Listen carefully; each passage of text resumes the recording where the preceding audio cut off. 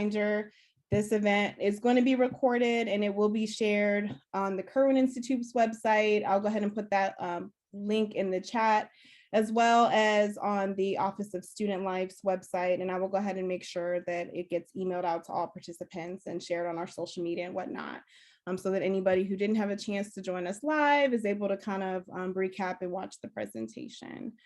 So again, as folks trickle in, I'm just going to follow up with some of the logistics of the event, and then we'll kind of get started. So essentially, we'll be doing about 30 minutes of presentation, and then we're going to open it up to question and answers. So if you have questions throughout the course of the presentation, please use the Q&A feature, which is down at the bottom. It's the second feature from the right, and it's going to allow you to put any questions that you have in the chat. We'll try to get to every question that is put in there. May not occur throughout the course of the presentation, but if so, we'll try to get to it during the Q&A session. So once again, I want to take this opportunity to thank all of you for being here this evening. And it is my distinct pleasure to introduce Dr. Kareem Usher, who is an assistant professor in the Department of City and Regional Planning.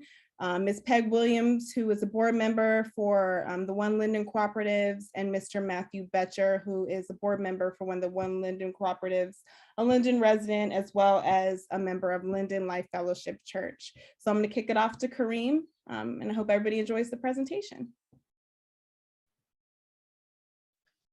Good evening. Thank you, Ashley and the Kirwan Institute for hosting us in terms of our initiative here. It's exciting to continue to tell our journey, and our journey continues with this work. I'll allow my other two presenters to introduce themselves. We could start with Ms. Peg Williams. Good evening, everyone, and I too am honored to be presenting this evening. I am Peg Williams. I have been a resident of the Linden community since 2001, and I consider Linden to be one of the gems, the secret gems within the community, and it's under transformation to where it'll become one of those neighborhoods you would want to rear your family, to live, work, and worship in Linden. Thank you. And I am Matthew Betcher, Linden resident since 2020, so relatively recently, and board member. I also attend church at Linden Life Fellowship, so it's already a wonderful place to worship for me. And like Miss Peg was saying, I've got some wonderful neighbors, and it's a great neighborhood, and I'm just excited to participate in just making it even better through some job creation and worker ownership through the OneLinden Cooperatives. And I'm Kareem Usher, Assistant Professor of City and Regional Planning here at Ohio State University. My work focuses on urban food systems, community development, and I do this through a lot of community engagement, community engaged type of research and work. So I guess we could start telling you about our journey. This started off as from the grassroots, and I'll pull in my presenters here to help. But my technology, I wanted to highlight, as I was reflecting on this opportunity to speak, given the week that we are in, this one quote from Dr. Martin Luther King Jr. struck me that, at least me personally, in terms of it's you know, what are we doing for others, and in another way of saying this is service. And so I spend a lot of my work really, you know, thinking about that. You know, what can I do to reduce human suffering? And so that's this quote from Dr. King really stand out to me, and I'll challenge the rest of the audience to maybe even reflect on that going forward beyond this week and beyond February, and sort of carry this with us. I'll ask Miss Peg if you could tell us a little bit about Linden. Okay, well, about Linden, since we're talking about our OneLinden cooperatives, I'm going to give a very brief historical overview, because this back in 2017, the Linden residents participated in a series of workshops that were held weekly to discuss the problems, concerns, and to brainstorm possible solutions to revitalize the community. The city crafted, packaged, and unveiled the results in March of 2018 as our OneLinden, our community, our future, in short, the OneLinden Community Plan. Now, previously, because of redlining, the community had been divided into two neighborhoods, north and south, and required two separate plans for future development. Now, based on resident insistence to view the community as OneLinden, the plan identified 10 big ideas that would guide redevelopment for both the north and south neighborhoods. So when we were following this plan unveiling back in March of 2018, the BREAD organization hosted an informational session in November of 2018, in which several community stakeholders heard two presentations. The first one was from the Kerwin Institute, where they provided data that showed Linden being the second most segregated city within the entire United States. The racial wealth gap in Columbus was fairly significant, with 33% of our Black households having zero net wealth compared to 17% of our white households. The problem is more severe in Columbus's Linden neighborhood, where 43% of the families are living in poverty, with the median household income roughly $25,000 annually. The BREAD organization guided the second presentation, introducing this concept of community wealth building through developing several worker-owned cooperative businesses. And it was at that moment that two of our South Linden area commissioners, Ms. Lois Ferguson and myself, saw this as an opportunity to implement our OneLinden community plan. It seemingly encapsulated 5 of the 10 ideas that would be guiding redevelopment throughout our north and our south neighborhoods. Those 5 being: 1, connecting residents to employment that could be gainful and meaningful; 2, to support and develop small businesses; 3, to support resident health; 4, to connect the community; and of course, 5, to build community investment. Now I want to move along to slide number 2, I think it is, so where we, the community, as you see our vision, where we accepted this challenge to introduce this new approach to economic development within the Linden community, where people were employment barriers were able to have a reasonable incomes, have co-owned employment, where the members can not only have the opportunity to achieve business ownership and quality jobs, but also stabilize their housing, their family relationships, as well as build personal and community wealth. And slide number 3.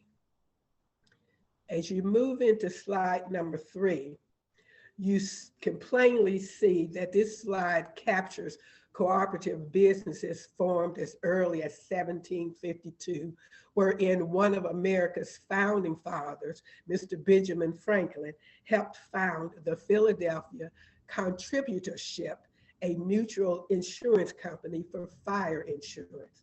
And then you can see there too, to the right, in 1977, where steel workers advocated for a cooperative steel mill in Youngstown, Ohio. So thus we have this project, the OneLinden Cooperatives, starting in 2018 with a collaboration between Bread Organization, OSU InFact, OSU Knowlton School, City and Regional Planning Department, the Community Planning Division. In March of 2019, we were successfully awarded 2 grants that totaled roughly $70,000 from the Steiner Summit and the OSU Connect and Collaborate initiatives. Those funds were used to hire 2 consultants, the Democracy Collaborative and Upside Down Consulting. Those funds were also used to conduct a field trip to the Evergreen Cooperatives in Cleveland, Ohio, and also to host community conversations with Linden residents in order to hear their concerns, their ideas, and their level of interest for this endeavor.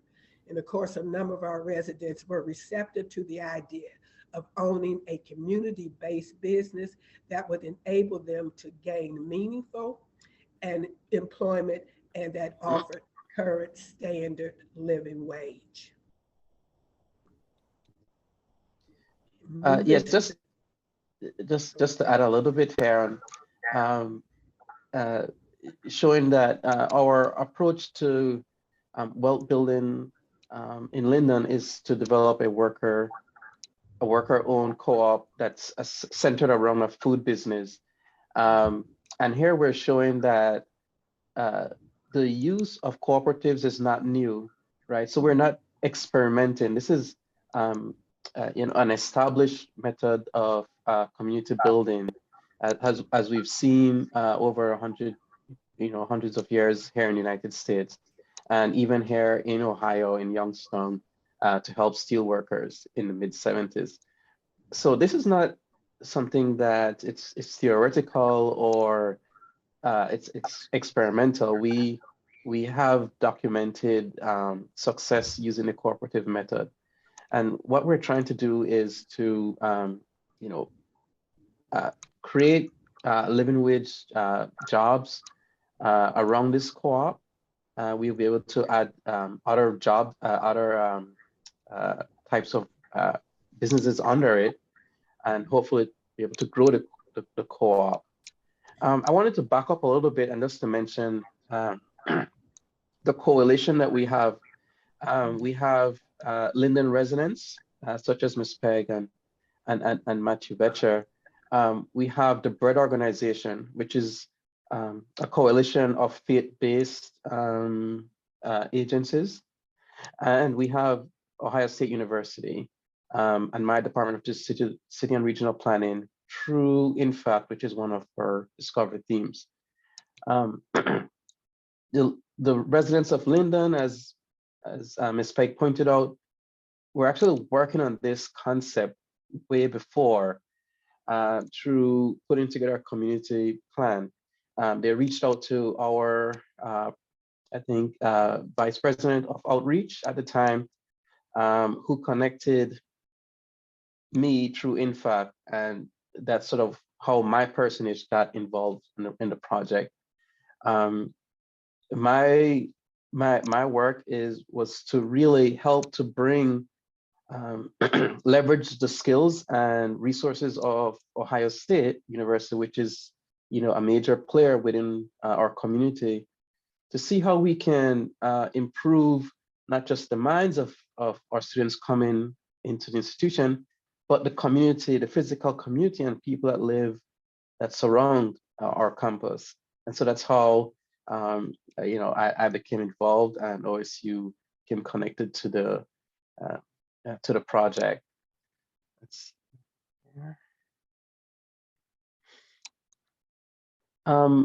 One of the approaches to co-ops and why we believe they work, it's just that the way the management system works, they tend to provide better benefits for the worker owners, and generally the culture is one of support. right? And particularly, our intention here is to hire not just Linden residents, but returning citizens, people who are returning to our communities that have employment barriers. And so an environment, an ecosystem such as a cooperative, we believe provides a very stable or healthy environment to be able to develop, the community in that way.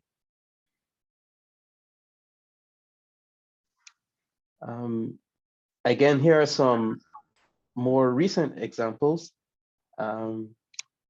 So we have our model that we're trying to implement here in Linden will be modeled off the Evergreen Cooperatives in Cleveland. Their cooperative is, founded in 2009, is again quite successful. They have been able to add different businesses within the cooperative, a laundry service. They have greenhouse and solar panel installation. Here in Columbus, we have Patty Cake, which is also in Clintonville, which is also a co-op. And one of our consulting agencies, if you could see in the top left, they just formed a similar co-op in Chicago. It's called Shy Fresh, where they prepare meals. And again, the worker owners are returning citizens as well.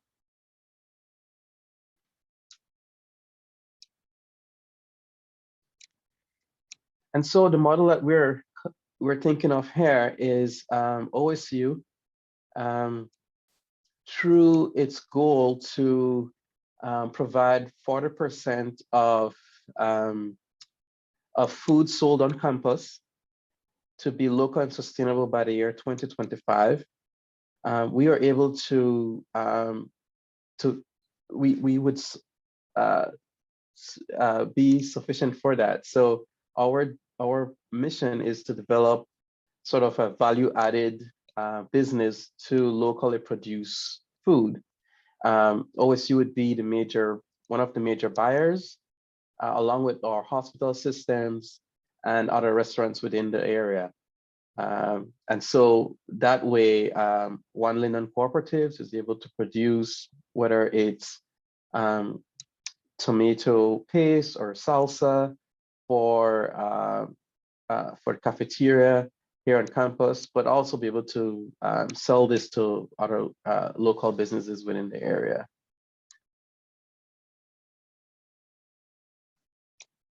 I'll turn it over to Ms. Williams if you wanted to speak on. As you can see, this is a sampling of some of the community conversations that we have. This is one of the latter ones that we had a year, because we started with these community conversations back in 2018. And then this conversation with our community occurred roughly a year later in October of 2019. And this was a presentation before our Greater Linden Business Network, sharing with them the progress that we were making. And as I've indicated before, this was an opportune time to share with them how we were able to use the grant awards that we had acquired, over the past year, how we used those dollars in order to host a community session like this, and also to find out levels of interest and where residents wanted to participate in the development of the co-op. I can share that out of this, since this time, we have formed our first board. We are official, our nonprofit. And so Matthew and I are one of the six. Yeah, we're two of the six founding members. And of course, our next steps is to be looking for an additional board member in order to round us up to 7. But this is, yeah. So thank you for moving to the next slide. So we're looking at for what our next steps are to finalize and seat our governance board, also to form an advisory committee, definitely seeking up startup funds for our nonprofit. in our business development for our first cooperative, re-engaging our community, keeping them informed as to the progress that we've made, and that to be ongoing. And we're looking forward to developing a website. You want to add anything to this, Matthew?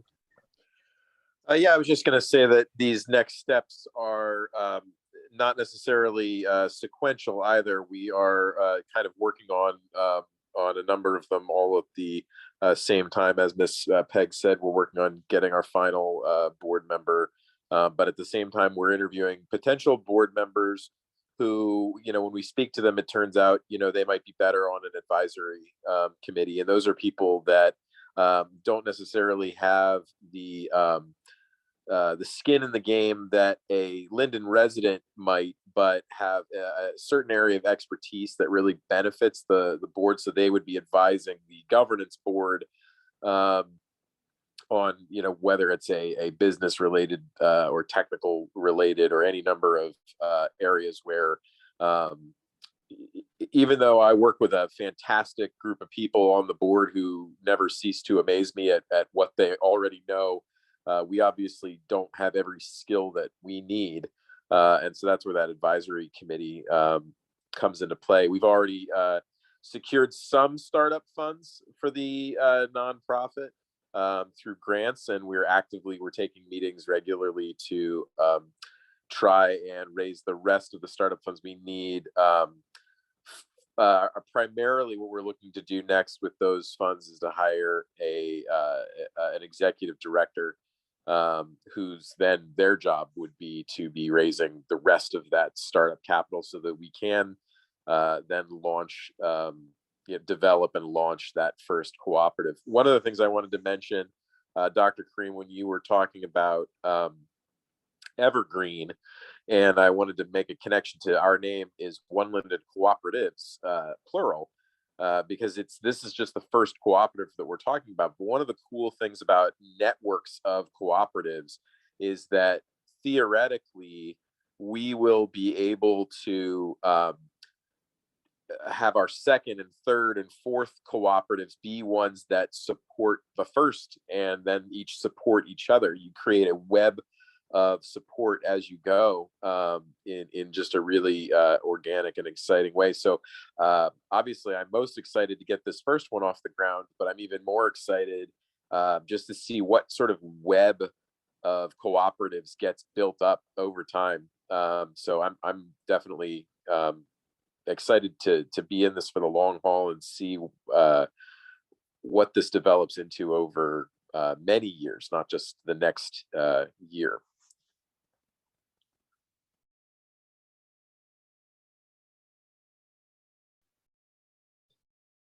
Let me see. I think we have a question coming in. Let's see. If you have an established farm enterprise models with the same concept goals of community health and wealth, including an in-fact connection, how could we be involved in the co-op coalition if you are that you're speaking of? Would it be around development assistance or incorporating it into OneLinden? Good question. So I can take a first attempt at this question. So what we've been thinking of throughout our journey here is to partner with local producers or urban agriculturalists, right? So local would be within, I think it's within 250 miles of the center of Ohio, but generally first would be within Ohio and within Central Ohio region. And then even if we have urban agriculturalists in Columbus itself.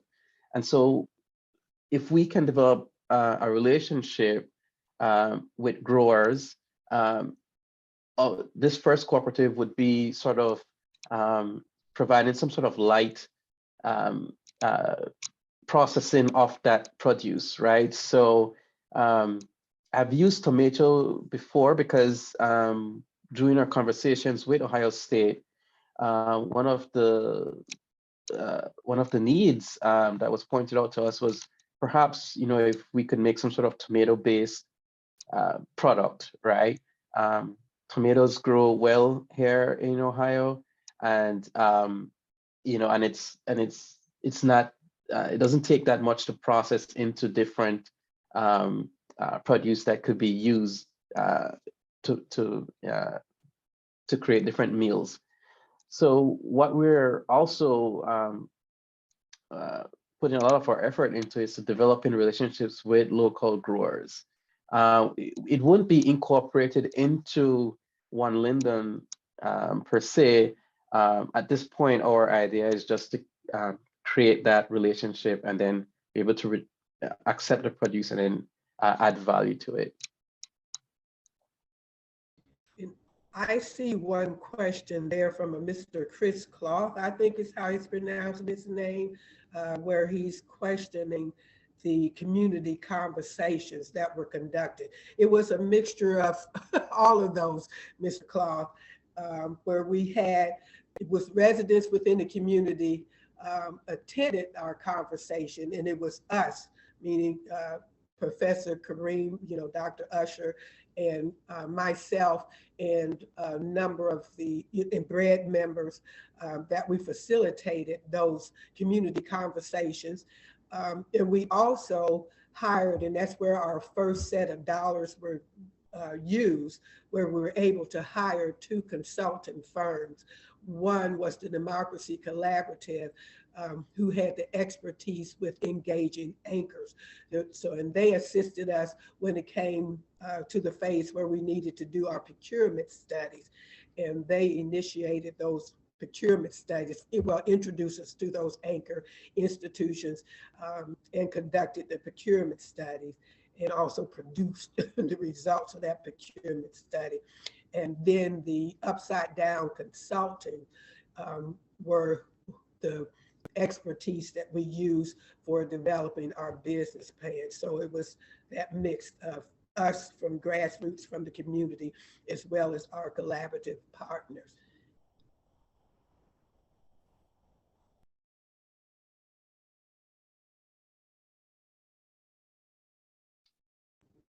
And here you And see then, some yeah. people.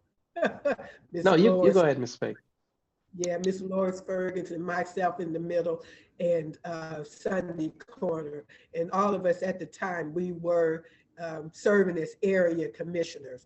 And I no longer serve as an area commissioner because I wanted to give time to this work moving forward.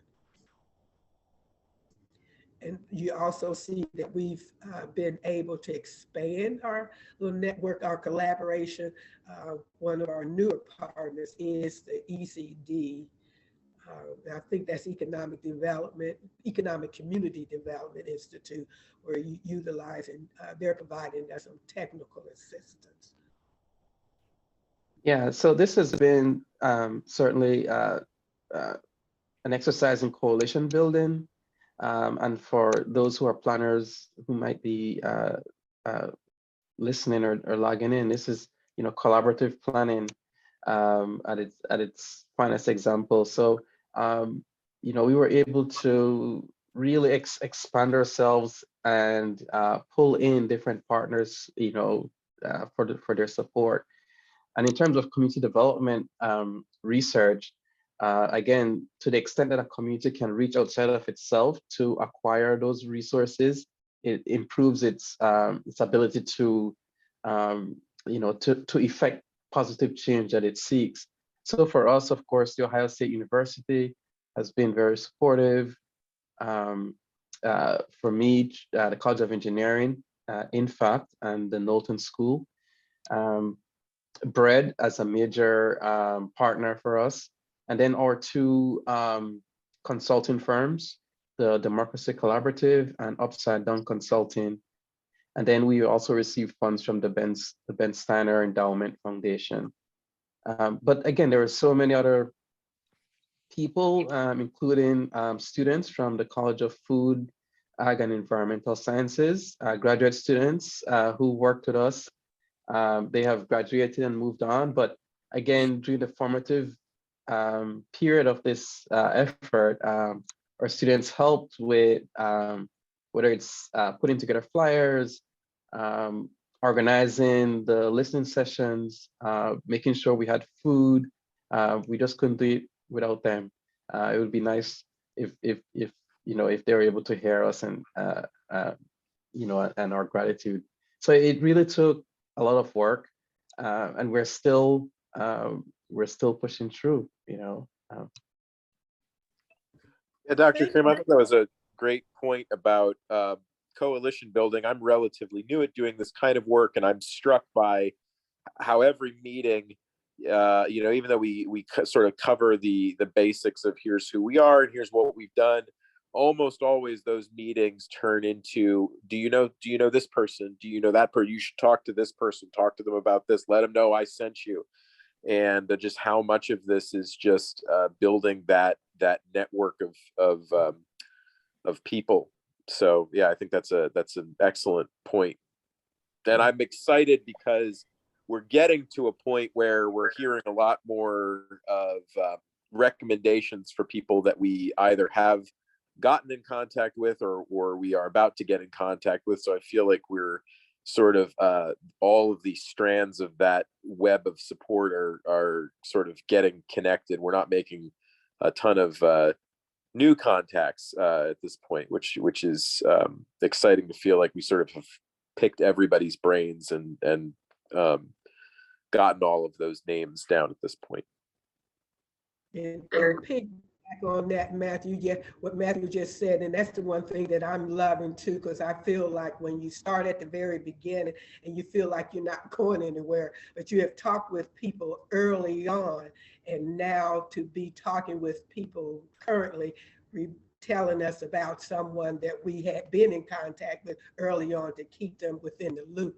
And I saw a question pop up with regards to how we get the youth engaged, and I'm excited that we just recently we put out a request because we're needing technical support in the IT department, because I'm one of those that is not technology savvy. I just do have a cell phone and all I want to do on it is tech. But to be able to form a website, because I'm that generation that you knock on my door and you don't have to be announced, you just come on and visit. But now I'm in this generation technology, you call first and people can email and you can text, and I'm loving the text. But to get on Facebook, that's not me. So to have someone that has that expertise, and we just recently, a few of our board members just recently interviewed a young man that had heard about us and approached Professor Usher, said, I live in Linden, can I blah, blah, blah. And so the professor made that introduction, and that individual is who we'll be considering, because he's shared an interest in serving on our advisory committee. And so that's where we see. So if you're, whoever asked that question, if you're interested in something like this, we would welcome having a conversation with you and you sharing with us how you could bring value to the work that we're wanting to do. Because it's all, for me, it is grassroots effort. And that's what, and for me, I feel like we're really going back to my childhood, where people that live within the community own the business within the community, and we were able to share the benefit, of that ownership. So like Professor, and what you saw the earlier slide, taking it back to 1752. So it ain't new, and we know that history, life is recyclable. So we're just recycling. We're going back to the beginning, and that's a good thing. Yeah, and I just wanted to add on what Matthew had mentioned about pulling the network and pulling the skills. And one of those things we have to consider is the young people, right? How do we get young people connected? And as Ms. Williams pointed out, we do have a young man who will be helping us with our website development. But we also want to get him on our board, right? Because again, he brings, we think he brings an exciting ideas, right? He's an entrepreneur. in its own right. And so that would be a skill set that, you know, would also benefit our board. But that's an excellent question, and it's something that we need to bear in mind as we move forward. You know, it's how do we keep the lifeblood flowing, right? That's important.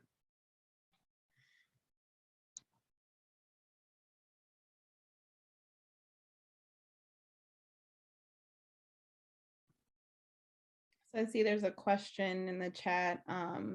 What are your thoughts on expanding the idea of cooperative to include supportive factors, cooperative of successful organic Black farmers who share their expertise, cooperative of successful Black entrepreneurs, etc.? I like that question because that was in before we even was thinking about a co-op, before Bread Organization and OSU approached the community. At the time, I was an area commissioner, and by word of mouth, I heard that there were some courses being provided by the United States, the Federal Agriculture Department, teaching people who were just gardeners, teaching them how to be classified as farmers. So that would be something we'll probably be looking into to be able to incorporate. And that's why I saw this as an opportunity to perhaps bring in the residents who live in Linden, and I'm talking about the gamut, and in close proximity to our neighborhood, who are already gardening and are sharing their produce with their neighbors, their street neighbors, and with their families to help them increase their productivity. They don't have to expand, but they would be able to get some dollars from the federal government, from the agriculture department, in order to keep their garden, especially if they're able. It was teaching us how to garden and to use some of our produce to sell it. If we're selling it to local restaurant, or selling it locally, all we have to meet is $1,000 a year, and we would be able to receive funds. And I saw that as economic development, just starting from my front yard or from my windowsill for me to grow herbs. And for something like our co-op to do value added to, tomatoes, we're going to need herbs in order to mix, process with that sauce. So I like this question, that we'll be thinking through that, and we're frequently looking through our fundraising, part of our fundraising. We're continually looking at opportunities where there's grant dollars, and we most recently, saw some grant dollars available on the federal level in order to be able to bring in our neighbors who are gardening in their backyard to do that. Yes, I think those are a good comment on idea of the cooperatives to include supportive factors. I think I think what I really I'm impressed about this effort is that it's creating something where there wasn't before, but from that you're actually creating an entire ecosystem of other things, right? Other things can be supported by or support an initiative like this. And I think with that comes so much, a lot. We're actually creating opportunities, right? Like this is actually it's creative effort, right? And I think that's the exciting part for me. This is not a static, benign effort. This has life, right? And it can give life to other initiatives as well. And so I think all these are possible, and I think again with this group, just people who care, and this is what I think this is a space that is very unique, or at least very it's very hopeful. So I enjoy that. On the website assistance, No, I did not know that. um, uh, but again, that's also helpful, and hopefully, again, we can continue partnering with different with different agencies for assistance. Yes, thank you to everybody who's submitting resources in the chat and in the Q&A. Please continue to submit those as well as your questions. I was curious if there was any particular lessons or kind of what it was that you most took away when you visited Evergreen in Cleveland. And if there was anything in particular that you felt like you really wanted to take away when you were kind of starting the project here in Columbus. For me, what I took away was because I wasn't aware of how working with citizens that are with returning citizens and how getting a better understanding of how the co-op would work to where they would be able to begin this community wealth building piece. Because I have a huge concern, and it's going to be a continual concern because we're into affordable housing right now. But that was my takeaway from visiting the Evergreen, is that the members of that co-op were able, over a period of time, being employees, were able to purchase, become members of the co-op, and through their membership of the co-op, one of the benefit was, and what I see is financial management, that they were was able to save funds in order to purchase homes. And that's huge for me, because home ownership for me is the beginning of you being able to build your family's personal wealth. And for me, my great grandchildren won't be starting out. I own this home, and they won't be starting off at zero. They can start out, and that's what our forefathers wanted for us. What great grandma wanted for us to start off at a higher level. They did, yeah. So that was my takeaway. But this is one of the building blocks. Yes, for me on that that visit to Evergreen was just it seemed incredible, right? Because obviously I didn't see where they started from, but just to see the magnitude of that operation, the number of workers, I think it's one of the largest or the largest laundry facility that handles medical laundry. So from the local hospital. State-of-the-art equipment. The place was it's running beautifully. And then we got to talk to people, some of the workers. Just the atmosphere is just very very positive, very, it was just incredible. And for me, I was just thinking, wow, it's possible for us to do this. It just again, this is possible. We can do this, and it can be a good thing. I think there are some other questions here on COVID concerns. On a community level, what promotion is being done to grow your own food or community garden or community and individual gardens?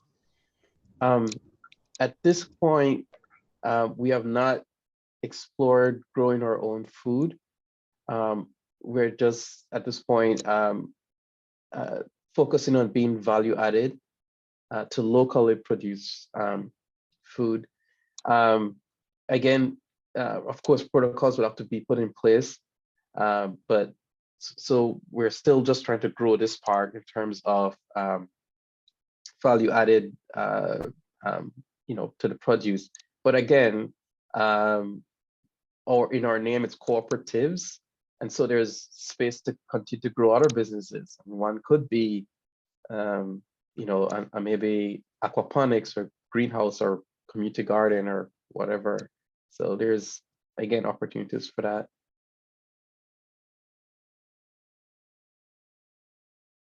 And for me, what I would want to add to that is I didn't see my own garden. I see my neighbor's garden as being dark, utilizing the community gardens that already exist and building out on that.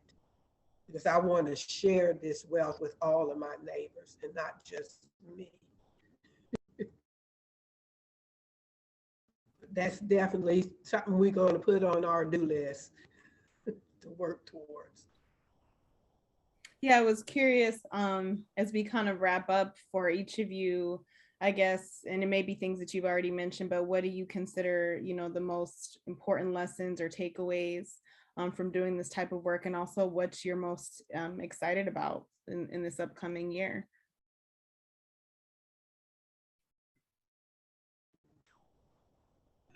My takeaway, thinking back to the beginning of this presentation where the question is posed, what are you doing for others? Remembering that legacy. And while Martin, he just carried on the legacy that was started centuries ago. And in my mind, I'm going to our history here within the United States. We continually work towards building a stronger foundation for the coming generations. And that's what I see this work doing, is laying down a stronger foundation for the generations to come. And us always carrying on this legacy that we are our brothers and sisters keeper, because we're of the same. And I'm one that don't believe in there being more than one race, because I only know one. I'm gonna be honest. We have nationalities and ethnicities, but we all are dependent upon each other, and we come in beautiful colors, and we're needing all of those colors and all of those skill sets that every last one of us got to contribute. And no matter how small it may be, because I can remember sitting in the session, the very first session, when Brad, invited the Democracy Collaborative, and me eyeballing the young man who was representing the Democracy Collaborative, saying that we can teach you how to go up and ask people for money. So it's a continual learning experience, and we're just building upon the foundation that had already been laid for us, but we're wanting to make it stronger and live in that legacy. I would say what I'm most excited about for this year would be for us to secure the funds that we need to hire our executive director, but finding that person, the process of finding somebody that is going to passionately champion this program, somebody that is just able to see the heart of the board, see what a fantastic place Linden is, and that it's a place worth championing, and is willing to really work hard, with the board's support to get this thing moving, and just really kind of have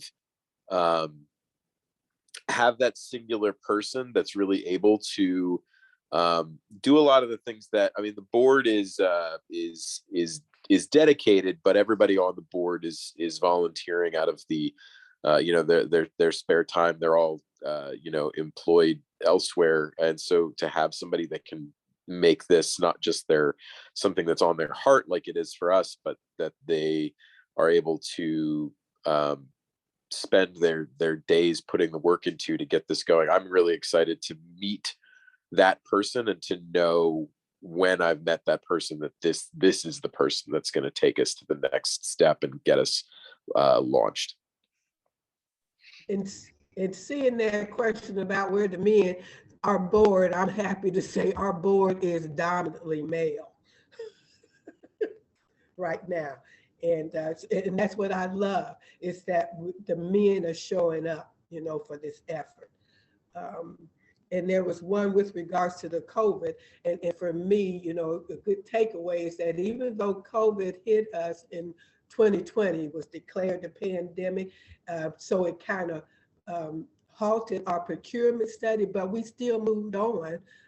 We just had to do the new work. We had to pivot in order to get that procurement study. And that's the beauty of mankind, that we come up with a problem and we're able to pivot in order to accomplish what it is, what the goal is.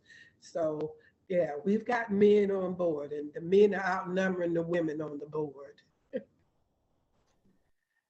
I guess for me, one, it's uh, my education continues, right? Working with just an amazing group of people throughout this effort.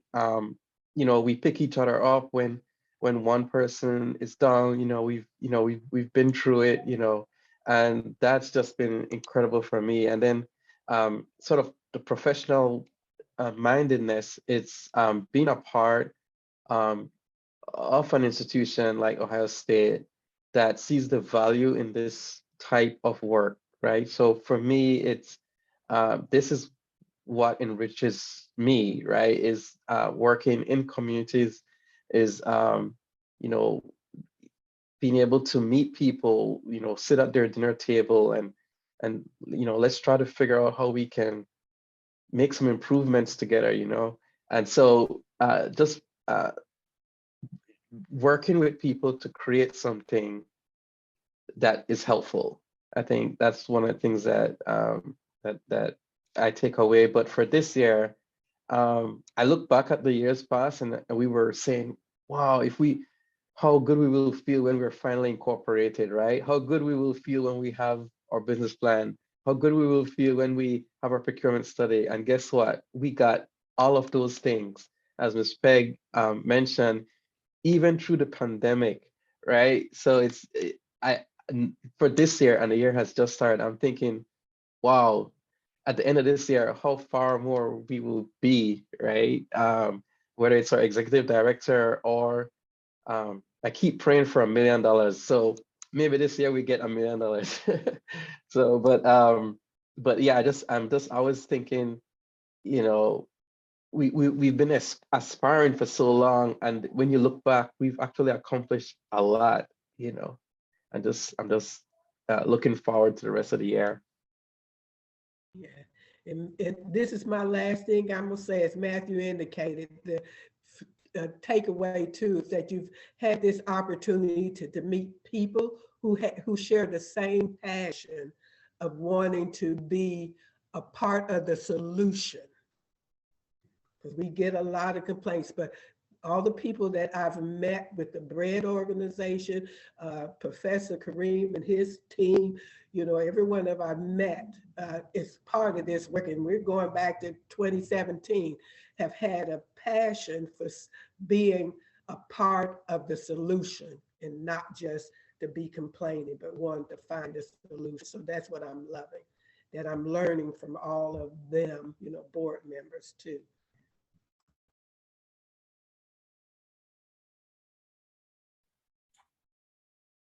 Well, no, I mean, I think that this has been a phenomenal conversation. And once again, I'm so grateful to all of you, not only for the hard work and the passion that you're putting into this cooperative, but also just for taking the time today to share your wisdom and your experience. We will make sure, if it's okay with you guys, to include your information on the website as well. Again, the recording will be made available at www.kerwininstitute.osu.edu/events. So I'll make sure that gets posted this week, but it will also be emailed to everybody who's been registered and has attended the event as well. And thank you, Dr. Usher, for putting that information on the website, up on the screen. But I'll make sure that that, as well as any additional resources that the team would like to share, are a part of the event page. Thank you. So once again, if we have no other questions or comments, I once again just want to thank everybody for attending this evening. Hope everybody is staying warm and safe. I know we got a lot of snow and we're snowed in this week, so hopefully everybody remains safe and warm this week. And again, we will make sure that the recording gets posted. And I just want to once again thank Dr. Kareem Usher, Matthew Betcher, and Ms. Peg Williams for spending their evening with us, sharing these valuable lessons. Thanks so much for having us. Thank you so much. Yeah, it's been great. Bye. Bye-bye.